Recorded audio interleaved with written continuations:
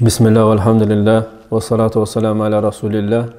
Amma ba'd, assalamu alaikum wa rahmatullahi wa barakatuh. Hurmatly dostlar, sabaqtar ustulantağız jin jana şeytanlar alamy.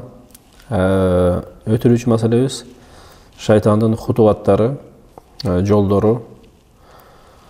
Oşol masalede bugünkü oşol joldorundan, hutuvatlarından vasvasa türü. Vasvasa menen adamga ziyan berүү, ишеним тарабынан, адамдын Аллахка болгон ишеними тарабынан. Vasvasa деген бул эмне? Бул кыскача айтканда жаман ойлор, жаман пикирлер ойго келе берет. Көп бейтаптар тажрыйбада бул көрүнгөн нерсе. Кулагыма бирдемке боло берет дейт. Бирөө бирдемке дегенде болуп эле, бир жаман нерсеге буйругандай болуп эле, ушул нерсе көп көрүнгөн нерсе, кездешкен нерсе. Негизи васваса шайтандын адамдардын ишенимин бузуучу күчтүү куралдарына кирет. Өтө күчтүү куралдарына кирет. Аллахка болгон ишенимин бузуучу куралдарынан бул. Себеп дегенде жүрөккө алып баруучу эң бир мындай назик, көрүнбөгөн bir жолдордон болуп эсептелет. Жана ошонун себеби менен шайтан васвасанын себеби менен адамдын Аллахка болгон ишенимин шектенүүнү салат. Аллахка болгон шектенүүнү салат. Жана динине зыян бергенге аракет кылат албетте. Ушул васваса менен. Бул өтө күчтүү курал, шайтандын куралы. Ошол эле учурда эң катуу бир оорулардан. Бул васваса. Ошо алымдар айтышат, бул өтө жаман оору дейт. Васвасага өөрчүгөн болсо, бул оору болуп эсептелет. Мындайча айтканда патология даражасына жеткен болот. Бунун дарысы бир гана Аллахтан коргонуу сурап, мисалы үчүн васваса келсе, аузу биллахи минеш шейтанир раджим деп буну айдаш керек. Аллахты эстеш керек. Анан кийин ошол келген васвасанын тескерисин кылыш керек. Ошону менен гана чыгып кетет. Көп кишилер бул оору менен ооруйт негизи. Бирок ошол негизги эки себеп менен чыгасын, Аллахка таянасын. Ошол заматта Аллахты эстейсиң, аузу биллахи минеш шейтанир раджим деп, альхамдулиллах, ар бир кандай зикир болбосун ошол зикирди кыласың. Анан келген васвасага тескерисин кыласың. Бул кыскача бир дарысы десе болот. Аллах Таала бул васвасаны Куранда дагы кабар берген. Куранда Аллах Таала айтат: Адам атабыз менен Ово энебизди Иблис васваса кылганын кабар берет. Айтат Аллах Таала: шайтан Адам атабыз менен Ово энебиз ал экөөнү васваса кылды дейт. Алардын аураттарын ачып, аларга ошол аураттары көрүнүш үчүн дейт. Анан мынтип айтты дейт. Шайтан Адам атабыз менен Ово энебизге: билесиңерби, эмне үчүн Роббуңар, силердин Роббуңар жанакы тыйган бакты силерге ошол бактын мөмөсүн жебесин деп эмне үчүн тыйды дейт? Бир гана силер периште болуп түбөлүктүү болбоштуңар үчүн дейт. Андан кийин анан Аллах менен касам ичип айткан мынтип айтат: мен силерге эң жакшы насаат айтуучуларданмын деп айтты дейт. Ошол качан Аллах менен касам ичкенде Адам атабыз менен Ово энебиз ошондо ишенген. Шайтанга себеп дегенде Аллах менен касам ичкен алдабайт деп билген алар. Өздөрүнүн ошол жөнөкөйлүгү менен, ихластуулугу менен Аллахтын каргышына калган шайтанга ишенишкен ошондо. Ушул жерде васваса деген сөз келип атат. Фа васваса лахума шайтон дейт Аллах Таала. Васваса сөзү ушул жерде келип атат. Бөлөк хадисте да, бөлөк аятта да келет. Аллах Таала айтат: Фа васваса илейхи шайтон. Шайтан адамга васваса кылды дейт. Кантип? Кала я Адама хал адуллука аля шажаратил хулд ва мулкил ла ябла. Мен сага, Адам атабыз менен Ово энебиз ал экөөнү васваса кылды дейт. Анан кийин Аллах Таала мынтип айтты: Ва васваса илейхи шайтон. Шайтан адамга васваса кылды дейт. Кантип? Кала я Адама хал адуллука аля шажаратил хулд ва мулкил ла ябла. Мен сага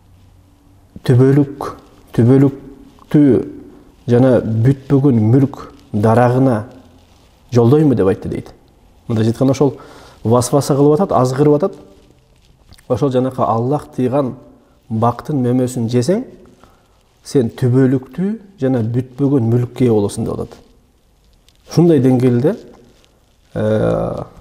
адам атабыз менен ооба энебизди Аллах менен касам ичип жада калса, алдап ошону жедирип, анан жаман акыбалга калтырган.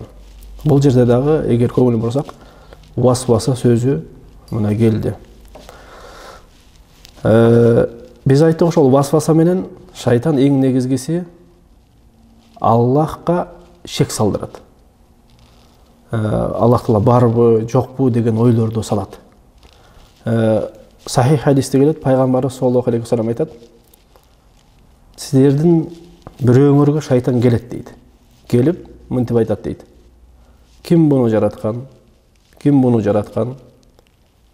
Деп ушинтип, акыры ким Роббуңду жараткан, Аллахты жараткан деген ойду салат дейт.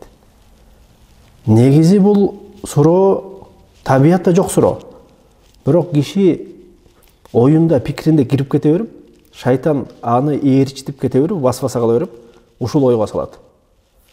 Ушул жерде анан эмне деди пайгамбарыбыз? Бунун дарысын эгер ким ушул нерсеге жетип калган болсо, анда Аллахтан коргонуу сурап, аузу биллахи минаш шайтанир раджим деп туруп токтосун дейт. Демек, васваса менен ушундай бир жаман акыбалдарга чейин апарышы ыктымал. Албетте, жана эң бийик болгон ибадат намазда келип алып, баарыбыз билебиз, васваса кылат. Болбогон ойлорду, мындай жүргөндө такыр эсиңе келбеген нерселерди салат. Бул нерсени да пайгамбарыбыз хадисте айткан. Шайтан азанды укканда дейт, намазга азанды укканда катуу жел чыгарып, укпаш үчүн ошол азанды, желди катуу чыгарып качат дейт. Ушундай деңгээлге азан угулбаган жерге чейин дейт. Качан азан токтогондо кайра кайтып келип васваса кылат дейт. Андан кийин икоматты айтканда, намазга башталды деп икоматты айтканда кайра кетет дейт. Ошол икоматты укпаш үчүн. Качан токтогондо кайтып келип кайра ар бирөөнү васваса кылат дейт. Жада калса айтып кете турган нерсе, шайтандын васвасасы ушу улук болгон ибадат намазда турганда дагы токтобойт. Бирок алымдар айтат, эмне үчүн киши намазда турса дагы шайтан келет дейт. Эмне үчүн намаз чоң ибадат, келишке мүмкүн эмес эле. Бирок эмне үчүн мүмкүнчүлүк табат ошол акыбалда дагы. Алымдар айтат, бул адамдын жүрөгүнүн оорулардан таза эместигинин себебинен дейт.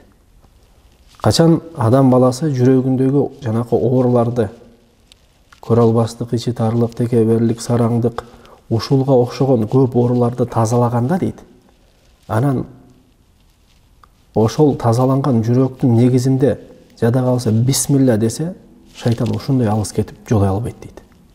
Демек, акыбал жүрөктүн акыбалында.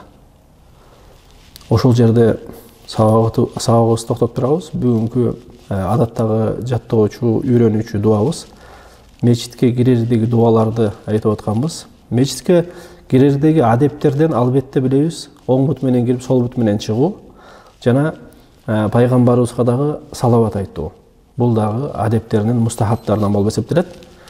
Жана бүгүнкү дагы бир дуа, имам Муслим риваят кылган хадисте Абу Хумейд аль-Ансариден риваят кылат. Пайгамбар саллаллаху алейхи вассалам айтат: силердин кимиңер мечитке кире турган болсоңор дейт, мына дуаны айтсын дейт. Аллахумма ифтах ли абваба рахматик. Я Аллахым, рахмат эшиктериңди мен үчүн ачып бер деп. Рахмат бир гана Аллахтан. Кимге Аллахтын рахматы тийген болсо, ал эч качан кейибейт. Аллах Таала баарыбызды өзүнүн рахматына бөлөсүн жана шайтандын васвасаларынан сактап, сабактарыбызды ихластуу, дайымдуу жана берекелүү болсун. Субханакаллахумма ва бихамдик ашхаду ан ла илаха илля анта астагфирука ва атубу илейк. Görüşkünce sağ salamat olunuzlar. Assalamu aleykum ve rahmetullahi ve berekatuhu.